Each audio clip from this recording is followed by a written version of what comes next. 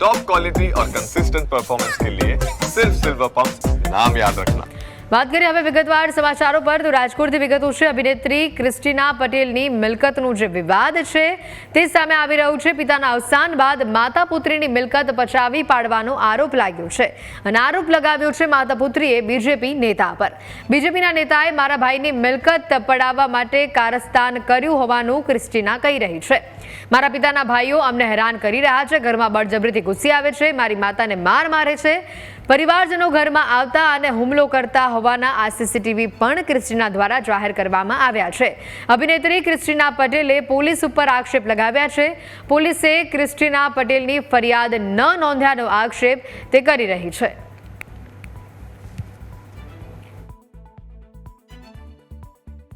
मेरे फादर की डेथ के बाद मैं बहुत कुछ फेस कर रही हूँ। 1 साल से मेरे फादर की फैमिली ने मतलब सारी प्रॉपर्टीज ले ली, सब ले लिया, बट मुझे उससे कोई फर्क नहीं पड़ा। हमने कोई रिएक्शन नहीं लिया, हमने लीगल एक्शन लिया। તો જે પ્રકારે આ ક્રિસ્ટીનાની આપે જુબાની સાંભળી તે સીધો આક્ષેપ કરી રહી છે કે અમારા ઘરમાં ઘૂસીને હેરાન કરવામાં આવે છે, મારા પિતાના પરિવારજનો અમને હેરાનગતિ કરી રહ્યા છે તેવો આક્ષેપ તેઓ દ્વારા લગાવવામાં આવ્યો છે। આ સાથે જ તેઓ કહી રહ્યા છે કે અમારી મિલકત પચાવી પાડવાનું તેઓનું આખું આ કારસ્તાન છે અને અમને ઘણા સમયથી તેઓ હેરાન પરેશાન કરી રહ્યા છે। ભાજપ નેતા પર તેમણે આરોપ લગાવ્યો છે। હવે આખું આ ઘટનાક્રમ શું છે, આખો આ મામલો કેવી રીતે સામે આવ્યો, પહેલા તો તેઓના પિતાનું અવસાન કેવી રીતે થયું, અવસાન થયા બાદ તેઓના જે પરિવારજનો તરફથી તેઓ આક્ષેપ કરી રહ્યા છે તે આક્ષેપ શું છે તે પણ તેમની પાસેથી જાણીશું। આપણી સાથે ક્રિસ્ટીના જોડાયા છે, સીધા તેમની સાથે જ વાત કરીએ। ક્રિસ્ટીનાજી, પહેલા તો સ્વાગત છે આપનું ન્યૂઝ કેપિટલમાં। જે રીતે આક્ષેપ આપ કરી રહ્યા છો, આખું જે આ ઘટનાક્રમ આપ વર્ણવી રહ્યા છો, દર્શકો સુધી અમે આપની વાત પહોંચાડી છે, પણ ફરી એકવાર આખું આ ઘટનાક્રમ જાણવાનો પ્રયત્ન કરીશું। ક્યારે આપના પિતાનું અવસાન થયું અને આપ કહી રહ્યા છો કે આપના પિતાના પરિવારજનો આપને વારંવાર હેરાન પરેશાન કરી રહ્યા છે, ઘટનાક્રમ શું છે આખો? 7 સપ્ટેમ્બર 2024 મારા પપ્પાની ડેથ થઈ ગઈ। મારા પરિવાર જે મારા અદા ને ઈ છે એમનું કહેવાનું એમ છે કે અમે અહીંયા નહોતા। અત્યારે મા બાપ અગર અલગ રહેતા હોય તો એમાં બિચારા છોકરા વચ્ચે ફસાઈ જાય છે કે મા પાસે રહી કે બાપ પાસે રહી। હું આવતી જાતી એના પણ મારી પાસે પ્રૂફ છે, મારા પપ્પાના રેકોર્ડિંગ પણ મારી પાસે છે।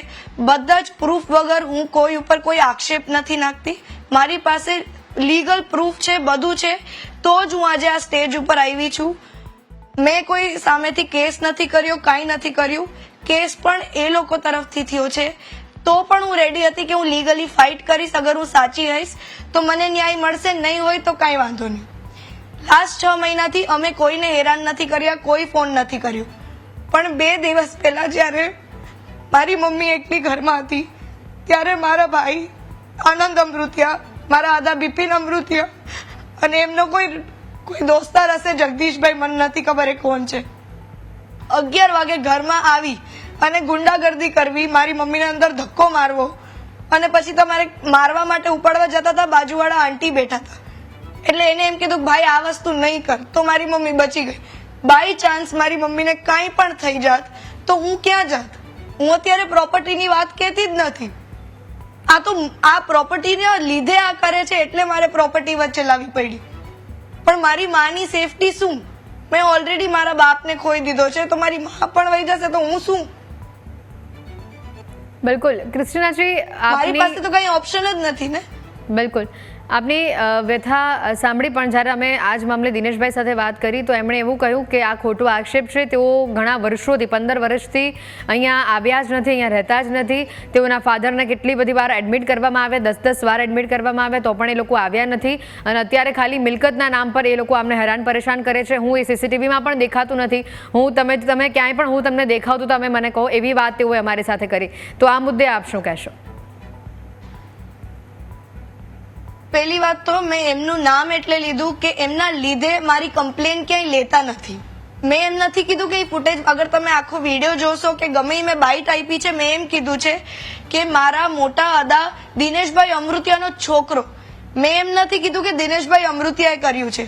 પણ આજે અગર મારી માં છે તો મારી માને બધી જ ખબર હશે કે એની છોકરી શું કરે છે, તો આજે દિનેશ બાપુજીને કાંઈ નથી ખબર કે એનો દીકરો શું કરે છે ને શું કરવા રહ્યો છે. અને બીજી વાત કે અગર હું લીગલ એક્શન લઉં છું તો મારી ક્યાંય કોઈ વાત નથી સાંભળતું, એટલે મારે આ સ્ટેપ લેવો પડ્યો, નકર હું પણ ના આવત. આજે 1 વર્ષ થઈ ગયું છે, 1 વર્ષ પછી અગર હું આ મીડિયાનો સહારો લઉં છું તો હું લાચાર છું, મારી પાસે ઓપ્શન નથી. અને પ્રોપર્ટી 15 વર્ષ થયા, મારી પાસે પ્રૂફ છે. 2017માં હું મારા પપ્પા ભેગી બારે ફરવા પણ ગયેલી છું. મારા પપ્પાએ ત્યાં મુંબઈ આવતા મારી પાસે એના પણ પ્રૂફ છે. મારી જે ટિકિટ્સ કરાવતો, જે અમારો ફેમિલી ટિકિટ બુક કરતો, એમની પાસેથી મેં બધી ટિકિટ્સ મંગાવેલી છે કે પરેશભાઈ એમ કીધું છે તમારી ટિકિટ કરવાની છે, તો મારી ટિકિટ્સના પણ પ્રૂફ છે કે હું કેટલી વાર આવી છું ને કેટલી વાર નથી આવી. તો એ તો બધા આક્ષેપો તો હવે કરશે જ, કારણ કે મેં આ એક્શન લીધો છે. અને મને મીડિયામાંથી ને એવી જાણ થઈ છે કે એ લોકો મને લીગલ નોટિસ મોકલે છે.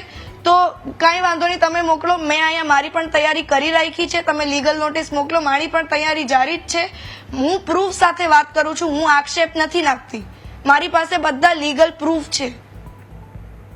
બિલકુલ. તેઓ એવું કહ્યું હતું કે માનહાનિનો કેસ તેઓ આપના ઉપર કરશે, કારણ કે તમે બધા જ પાયા વિહોણા આક્ષેપ લગાવ્યા છે, જાહેર જીવન છોડી દેશે તેવી વાત તેઓએ કરી છે. મને એ જાણવું છે કે આ જે આપના માતા પિતા, આપે શરૂઆતમાં જ કહ્યું કે અલગ થયા હતા, એમાં બાળકનો કોઈ જ વાંક નથી.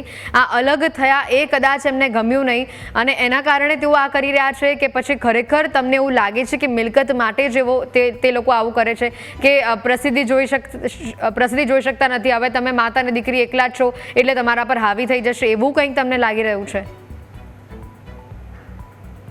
એવું જ છે. પેલા મારી સાથે બહુ જ સારી રીતના રહેતા હતા બધા જ. મારો ભાઈ મારી મમ્મીને માં કહેતો હતો, એને મને એવું લાગે છે ને માં શબ્દનો મતલબ નથી ખબર કે માનો મતલબ શું છે, તો જ એ રીતના હરકત કરે. બીજી વાત, જે તમે એમ કહો છો કે માનહાનિ, તો હું પણ એક અભિનેતા છું. એ એકલા જ ક્યાંય કોકનો ફેસ નથી, હું પણ ફેસ જ છું. મારું કામ પણ ખરાબ થશે, પણ મારે આ પગલું એટલે ભરવું પડ્યું, મારી ક્યાંય સુનવાઈ નથી થતી. બીજી વાત, ઈ કરશે તો મારી પાસે પણ ઘણા પ્રૂફ છે. એની રીતના એ છૂટા છે, એને જે કરવું હોય એ કરી શકશે. હું પ્રૂફ સાથે બોલીશ, હું પ્રૂફ વગર ક્યાંય બોલવાની નથી. બીજી વાત, અગર એ એમ કે છે કે મા દીકરી અલગ રહેતા હતા, કે એને વિવાદ થયો હતો કે એ ખાલી પ્રોપર્ટી માટે, પ્રોપર્ટી મૂકી દો. તમે જે અટેક કર્યો, મેં તો કેસ પણ નથી કર્યો, કેસ પણ તમે લોકોએ કર્યો છે અને તમે ટોર્ચર પણ અમને જ કરો છો. અને એ તો સીસીટીવી ફૂટેજ મેં આપી દીધા છે. મારી પાસે પ્રોપર ટાઈમિંગ, ડેટ બધું લખેલું છે. અગર એમ કહે છે કે હું નથી, તો એ પછી હું કોઈ નથી હતી પ્રૂફ કરવા વાળી. એ કોર્ટ પ્રૂફ કરશે કે પોલીસ પ્રૂફ કરશે. જી જસ્ટિસ મને મળવો જોઈએ, બસ મારી તો એટલી જ રિક્વેસ્ટ છે. બિલકુલ. અને હું બીજેપી નું નામ પણ ક્યાંય વચ્ચે નથી લેતી. મારે બીજેપી એટલે બોલવું પડે છે કારણ કે એના કાર્યકર્તા છે, તો ઓબ્વિયસલી હું કહીશ ને. એ જ્યાં કામ કરતા હશે, જે જોબ કરતા હશે, તો માણસ કહેશે જ કે ભાઈ બીજેપી ના કાર્યકર્તા છે. મને ખબર છે કે બીજેપી મને ન્યાય આપશે જ. બિલકુલ. હું બે સવાલ મારે તમારી પાસે જાણવા છે. પહેલા તો આખું આજે મિલકત ઉપર વાત હવે પહોંચી જ છે, તો એ કઈ મિલકત છે, કેટલી મિલકત છે? અને આખું એવું પણ ક્યાંક બહાર આવ્યું કે પોલીસ વર્ષ જેવો સમય થવા આવ્યો છે, 11 મહિના થઈ ગયા છતાં પણ કમ્પ્લેન નથી નોંધતી. એટલે તમારા તરફથી સીધી રીતે એવું કહેવામાં આવ્યું છે ક્યાંક તેઓ બીજેપીના કાર્યકર છે, એમના ક્યાંક બળના કારણે અથવા તો એમના ડરના કારણે ફરિયાદ નથી નોંધવામાં આવી રહી. તો આ બંને સવાલના આપ મને જવાબ આપશો. પેલા તો કે તમે જે સવાલ કર્યો કે જે પ્રોપર્ટીઝ છે, પેલા તો મને લોની જેટલી હું ભણેલી છું એટલું જ હું કહીશ. એમને પ્રોબેટ કાઢેલો છે, ઓકે, તમે પ્રોબેટ કાઢ્યું છે, પણ એ પ્રોબેટ જે કાઢેલા ને જે વિલ છે એ સૂચિત જગ્યાનું વિલ છે. અને કોઈ પણ માણસ, આજે કોઈ પણ માણસ 40 વર્ષની ઉંમરમાં વિલ ના કરે, એ એની આગળની જિંદગીની. અને જ્યારે એને વિલ કરેલું છે 2008 જેવું એ કહેવા માંગે છે, ત્યારે અમે લોકો ભેગા રહેતા હતા. અમે અલગ, મારા મમ્મી પપ્પાને, મારા પપ્પાની ડ્રિંકની હેબિટ વધી ગઈ એટલે ડિવોર્સ પણ નથી થયા. અમે એમ કીધું કે તમારે ડ્રિંક કરવું હોય તો તમે અહીંયા રહ્યો અને આપણી છોકરીને હું ત્યાં ભણાવું, શાંતિથી રહું, તમે આવતા જાજો ને મળતા જજો. અમે અલગ નથી થયા. અને 2008માં ભેગા હતા તો વિલ કઈ રીતના થાય? અને 40-42 વર્ષ ઉંમરે કોણ વિલ કરે? એની આગળ ઉંમર, એને થોડી ખબર છે કે કાલે મરી જવાના છે તો એ વિલ કરી દેશે. વિલ ત્યારે થાય જ્યારે તમને એવું લાગે છે કે ભાઈ હવે હું જીવવાનો નથી. એના 22 વર્ષ પછી મારા પપ્પાની ડેથ થઈ. કઈ મતલબ સેન્સ જ નથી કે એમ કે છે કે વિલ આપેલું છે. ચલો હું એમ માનું કે બેંકમાં એનું નોમિની છે, મેં એમાં એક્શન નથી, મેં ખાલી અરજી આપી હતી બેંક વાળાને કે ભાઈ મારું સોનું આમાં છે. જી એમ મને ત્યાંથી નહીં ખબર પડી કે 200 તોલા સોનું નથી. મારી પાસે પ્રૂફ છે, હું દેવા રેડી છું. મારી પાસે એક સર્ટિફિકેટ છે, એક બિલ છે. અત્યારે ઇલીગલ કઈ ચાલતું નથી. આપણી પાસે બધા જ બિલ છે કે હું કેલ્ક્યુલેટ કરાવી શકું કે 200 તોલા સોનું છે. હું ખોટું નથી બોલતી, મારી પાસે હું બિલ એક રજૂ કરીશ. અને બીજી વાત, અગર ઈ બીજેપી ના નેતા છે એટલે નથી કમ્પ્લેન લેતા, તો ઈ મને એવું લાગે છે કારણ કે મારી સુનવાઈ થતી નથી. મારી સુનવાઈ થઈ જાય તો મારે આ પગલું ભરવું જ ના પડે. બિલકુલ. એ ખાલી ગોલ્ડ જ છે કે પછી અન્ય પણ કોઈ મિલકત છે, અન્ય પણ કોઈ ફ્લેટ છે, કોઈ મકાન છે, કોઈ ગાડી છે કે અન્ય કોઈ દસ્તાવેજો, કોઈ જમીન, એવું કશું પણ છે? છે, બધું જ છે. 3 દુકાન છે, એક દોશી હોસ્પિટલ પાસે છે, 2 સાધુ વાસવાણી રોડ ઉપર છે.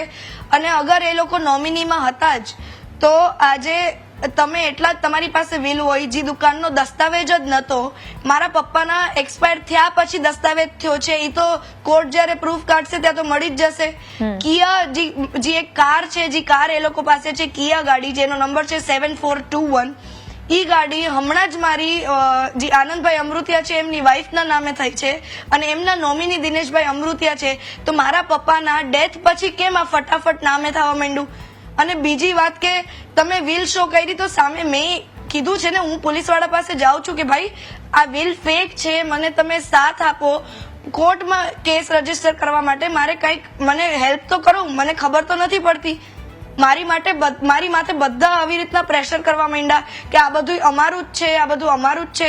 અને કોણ એવો ભાઈ હોય? આજે હું દિનેશ બાપુજીની વાત નથી કરતી, હું બિપિનભાઈ અમૃતિયા અને આનંદભાઈ અમૃતિયાની વાત કરું છું. મારા પપ્પા, આખી બિલ્ડિંગનું તમારે લેવાની છૂટ છે ઇન્ટરવ્યુ. મારા પપ્પાની ડેથ થઈ તો બાજુવાળા ઇન્ફોર્મ કર્યું, ઘરમાં 2 દિવસથી કોઈ નતું આવ્યું. અગર એ લોકો એમ કહે છે કે સેવા કરી, કઈ સેવા? મને પણ ઇન્ફોર્મ નથી કર્યું. હું તો એટલે વાત નથી કરતી કે પપ્પા ડ્રિંક કરી લીધું હશે, સુતા. હું કોલ કરતી તો કોલ ના ઉપાડતા, એટલે મેં ના કર્યું. અને મને એવી થોડી ખબર હશે કે અચાનક મારા પપ્પાની ડેથ થઈ જશે. અને પાછું તો એ લોકો એમ કે છે કે એ તો તરત જ આવી, તો મારો બાપ એક્સપાયર થઈ જશે તો હું પહોંચીશ ને. અને તમે જાણ કરી તો હું પહોંચી ગઈ. અને એમાં બાજુવાળ તમે પૂછી લો, એને ફોન કર્યો કે પરેશભાઈ એક્સપાયર થઈ ગયા છે, તમે એમ્બ્યુલન્સ મોકલો.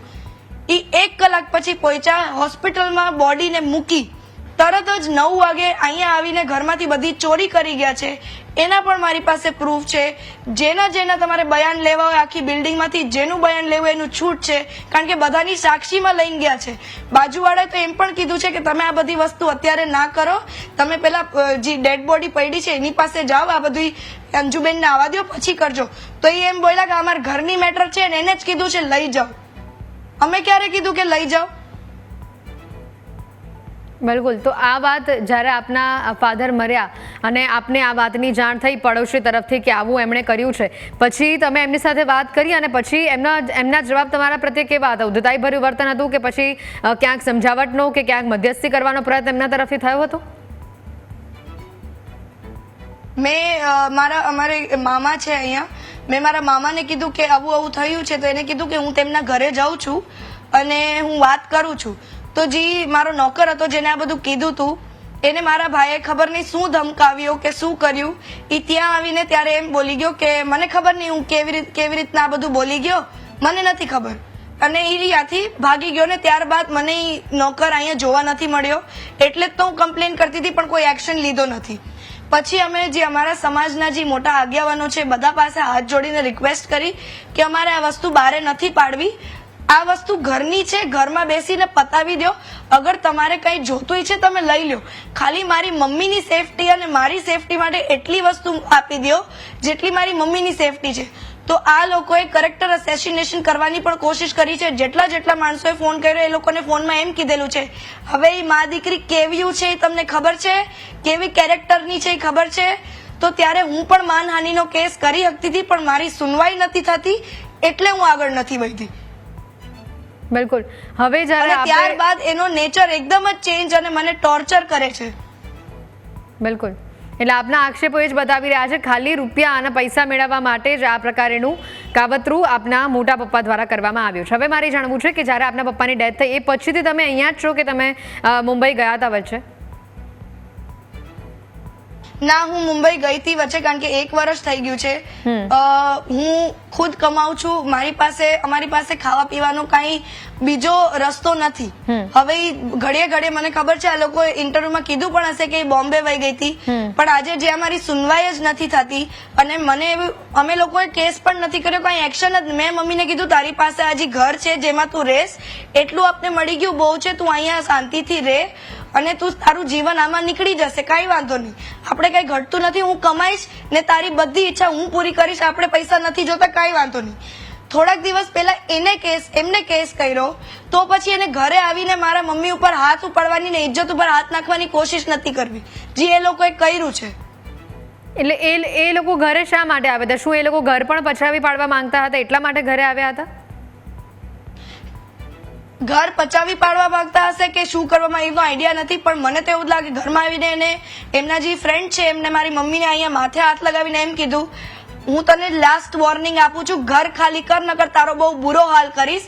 અને મારા ભાઈએ ધક્કો મારીને કંઈક મારવાની કોશિશ કરી, તો આ તો બાજુવાળા હતા તો બચી ગઈ, નકર તમારે તો શું હતું કે અરે માં તો મરી ગઈ છે તો દીકરી તો ક્યાં સુધી ભાગશે એટલી. અને મારી માને કઈ થઈ જાત તો હું પ્રોપર્ટી પાછળ થોડી ભાગત, હું તો એ જોત ને કે મારી માને શું થઈ ગયું. અને હજી હું પ્રોપર્ટી પાછળ હું છું જ નહીં. મારો પોઈન્ટ એ છે, મારી કમ્પ્લેન નથી લેતા, મારી મમ્મીનું પ્રોટેક્શન નથી, મારી FIR ના લીધી, શેના માટે? બિલકુલ.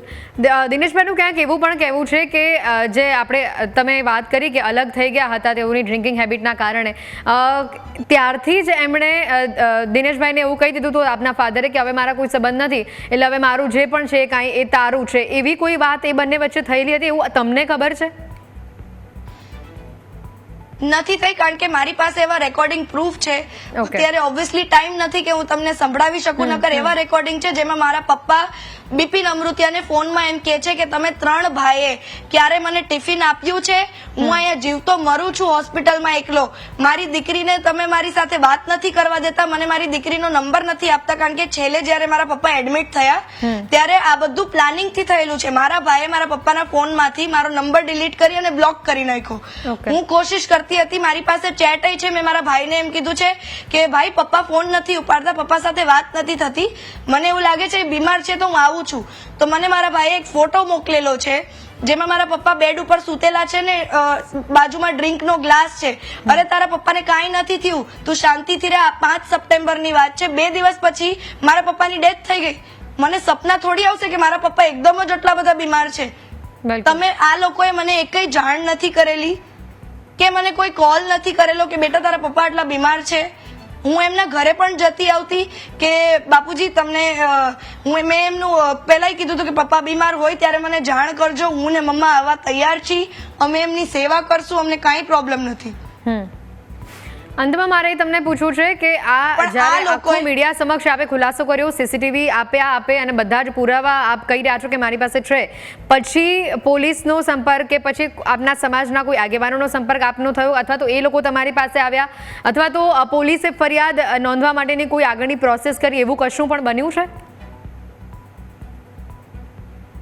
એવું કશું નથી બન્યું. મને કોઈનો કોલ, મને સોશિયલ વર્કર્સનો કોલ આવ્યો છે, એનું બહુ થેન્કફુલ છું. બહુ બધા છે જે મને ફોન કરીને કહે છે કે અમે તમારી સાથે ઊભા છીએ. બહુ બધા એવા પણ છે કે મારે આવું બોલવું ન જોઈએ, બટ એવા પણ છે કે અમને દિનેશભાઈની અને આનંદભાઈની અને બિપિનભાઈની હિસ્ટ્રી પણ ખબર છે, એ બધા પણ સાથ દેવા તૈયાર છે. પણ જે પોલીસ કર્મચારી છે એમ તરફથી કોઈ નથી આવ્યો. ઉમિયા પરિવારના જે હેડ છે એમનો ફોન આવ્યો હતો, એમને સહાયતા કરવા રેડી છે, પણ બાકી અમને ક્યાંયથી ફોન આવ્યો નથી. બિલકુલ. અને હવે મહત્વની વાત છે કે તમને એવું લાગે છે કે જ્યારે હવે તમે મીડિયાનો સહારો લીધો છે, મીડિયા તમારી મદદ માટે આગળ આવી છે જ્યારે, તો હવે તમે કદાચ સામે ચાલીને પોલીસ પાસે જશો, અથવા તો જે NGOsના લોકો છે, જે ફાઉન્ડેશનના લોકોની આપે વાત કરી તેઓની સાથે આપ જશો તો આપનો કેસ નોંધાશે. અગર જો હજી પણ નથી નોંધાતો તો તમારે આગળનું સ્ટેપ શું રહેશે? હવે મને જેવું મેં તમને પહેલા કીધું કે મને મીડિયાથી ખબર પડી છે કે કોઈ મારી ઉપર નોટિસ મોકલવાના છે, તો મારી પાસે મીડિયા પણ નહીં રહે. એ લોકો બહુ સ્માર્ટ છે કે ખબર છે કે હું આ લેવલે તો હું તમને જીતવા નહીં દઉં, તો મીડિયા જે તમને સપોર્ટ કરે છે એમનો પણ હું રસ્તો સાફ કરી દઉં છું. અગર જો એ લીગલ નોટિસ એમને મળી જશે તો મારી પાસે મીડિયા પણ નહીં રહે, મારી પાસે ખાલી હાથ હશે. પણ મારી પાસે એ છે કે જે સોશિયલ વર્કર્સ છે અને જે મારું સોશિયલ મીડિયા છે, જનતા ખોટું ક્યાંય નથી સાંભળતી અને હું પછી સોશિયલ મીડિયાનો ઉપયોગ કરીશ. બિલકુલ ક્રિસ્ટીનાજી, આશા કરીએ છીએ કે તમારો આ પ્રશ્ન જે છે તેનું જલ્દીથી નિરાકરણ આવે, તમને ન્યાય મળે. આપનો ખૂબ ખૂબ આભાર અમારી સાથે જોડાવા બદલ અને આ ચર્ચા કરવા બદલ.